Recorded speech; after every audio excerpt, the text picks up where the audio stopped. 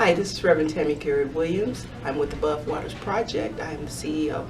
I am here at the Lakewood Civic Center on behalf of the offenders to talk to the Colorado Commission on Criminal and Juvenile Justice. We're here because there is a voting process going on along with legislators such as senators and the Department of Safety to discuss a matter such as mandatory parole, which we believe is not effective as currently as it is written. So we're actually going to be having input and have given documentation to support that information. And that is what we're doing here today. I'm currently in the state legislature. I represent Central and Northeast Denver, and also now a candidate for Denver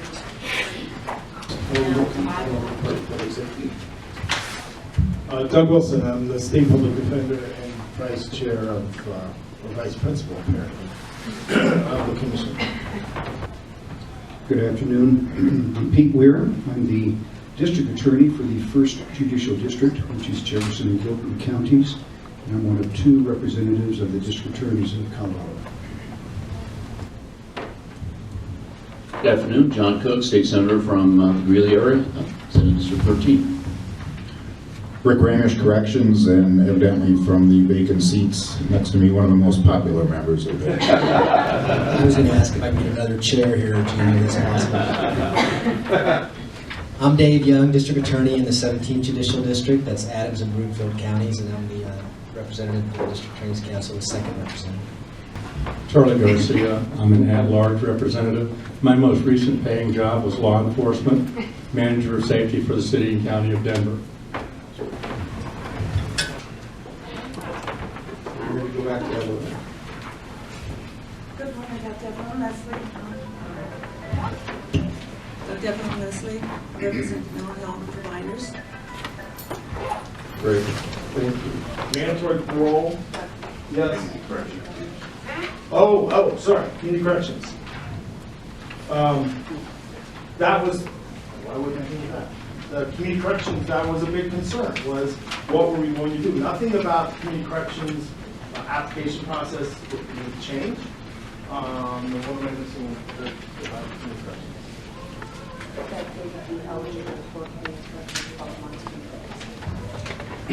Community corrections eligibility 12 months before release date.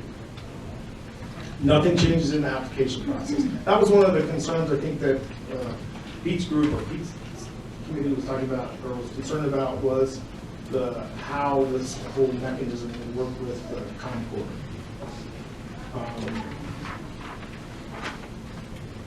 Okay? Sorry, I skipped over that. It's highlighted.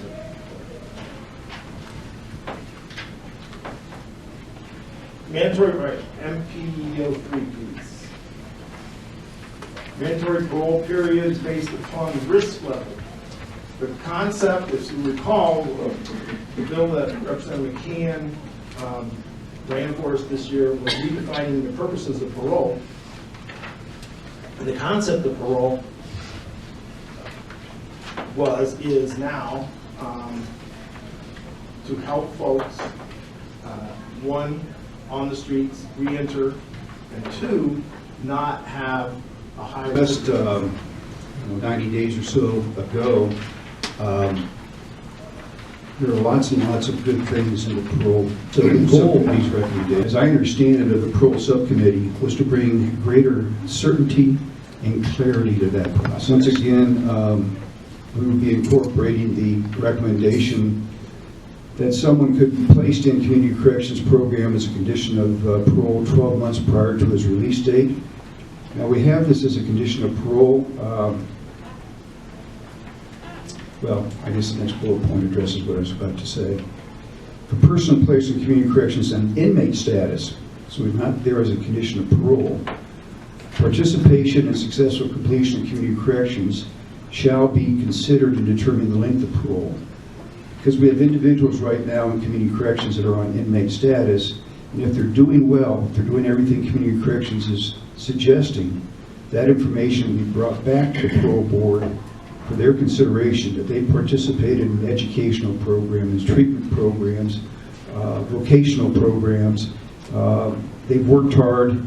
We believe that they have a strong chance of succeeding, and the parole board based upon them demonstrating success in these various programs, I would expect at that point would take a lenient approach and be imposing a lower or less lengthy period of parole. Once again, earned time would go away when a person's in community corrections and would go away while they're on parole. Charles. Pete, I appreciate all your hard work as well, and I will tell you you're correct on one thing. My sense of frustration is overwhelming. This committee, this subcommittee, which I was a member of, you're correct, met for over 6 months. Your group, CDAC, was part of that group.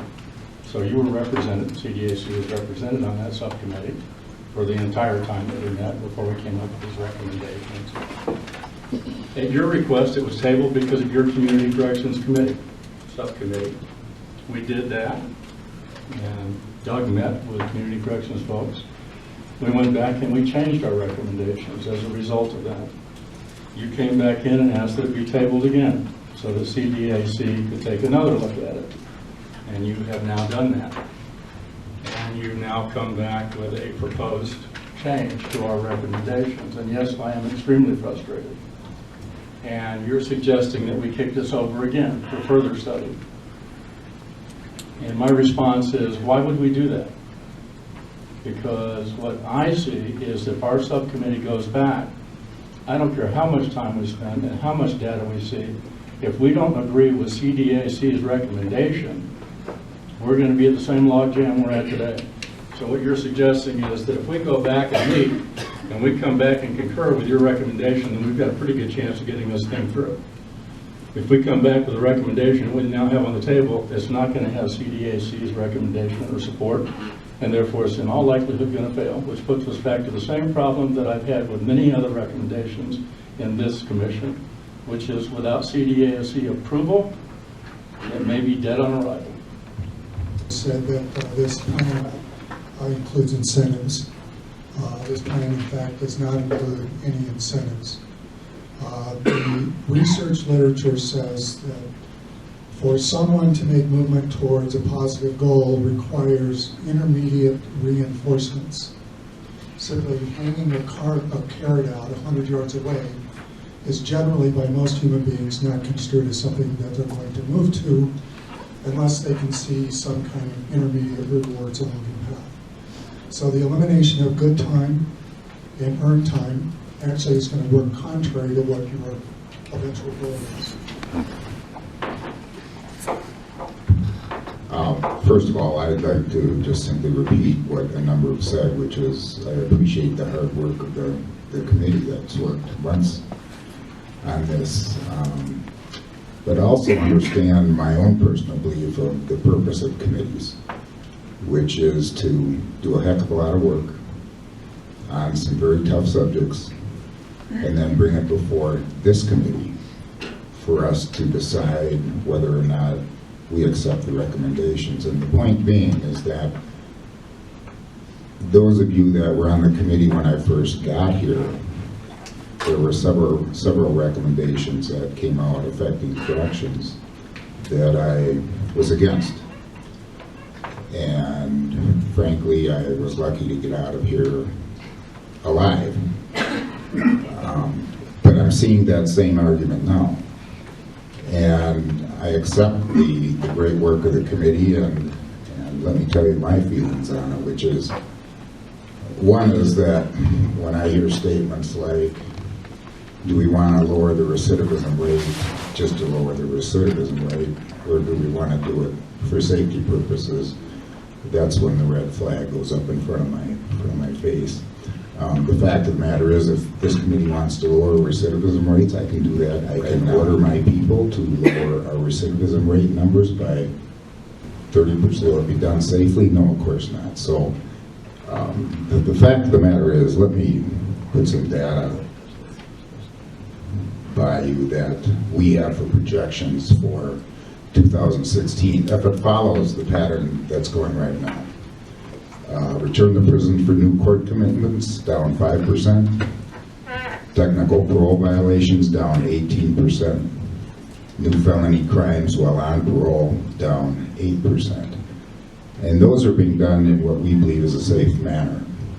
The point being is that public safety is our primary purpose. Anything that I see that takes away incentives for whether it be parolees or inmates to do better, I'm against. And when we talk about recidivism rate, just so everybody understands on this committee, recidivism, although apparently is carried on the back of the Department of Corrections, every time I read about it, every time I hear about it, the fact of the matter is it's not. It is shared by many, and there are a lot more complex things going on here for parolees other than whether a percentage of recidivism is attached to the Department of Corrections. And for right now, that's all I'll say about that, except for the fact that there's a much larger back than DLC for recidivism rates in this state. The other is a decision that I guess we make to present before the legislature. Do we want to punish? Or do we want to prevent? Or do we want to repair? Do we want to dissuade? Or do we want to do it all? Because a good number of items that is in the district attorney's proposal is punishment. And if that's what the state wants to do, then that's what the Department of Corrections. But remember, if you take away any incentives to improve, you're going to get what you get. And the other thing, when I've heard several times now that we're giving the Department of Corrections or the parole. There's a couple of different questions. First of all, is there any member of the commission that needs to or wants to offer any discussion about any of the other material that was presented besides the district attorney? Okay, hearing none for that. So it's our view, I believe, that these two proposals were tabled for 90 days until this meeting. We have met that obligation. So now I'm going to ask, what is the commission's will with these proposals? We need to have a motion to take action or to do something with them.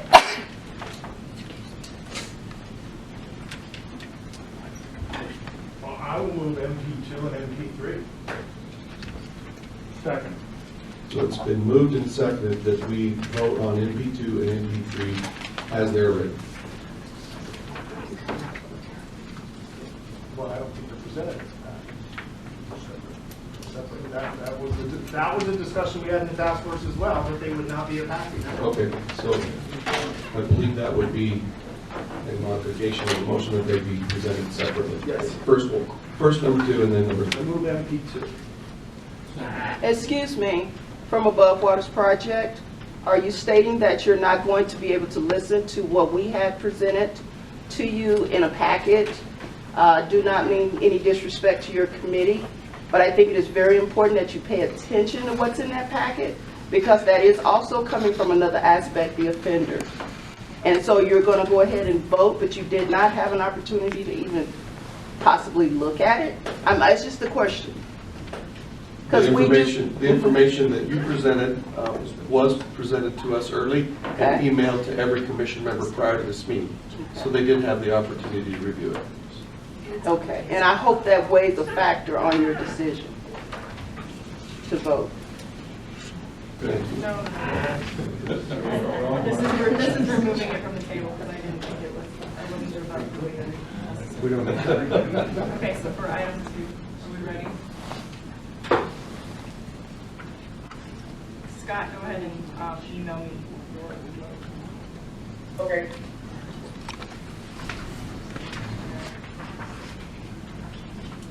So MP2 does not matter. Stan voted. There's 20 voting members plus the chair. The chair makes 21. The chair votes if there's an even number so that there's no tie.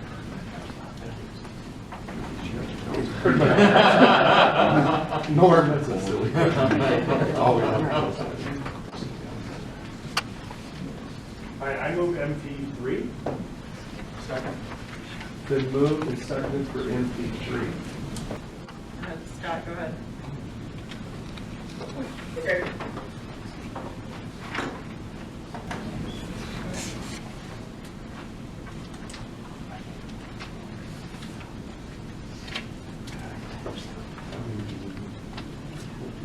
So That actually is not. MP3 does not pass.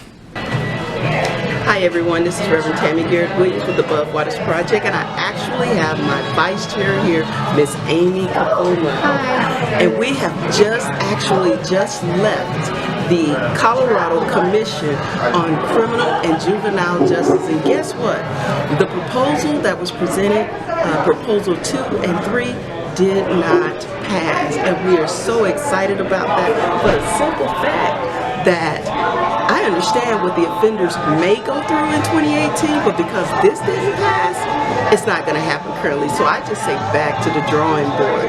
Can you tell me, I really sensed and had a great feeling once I walked out of there knowing that this did not pass. These people do not deserve to sit longer in prison.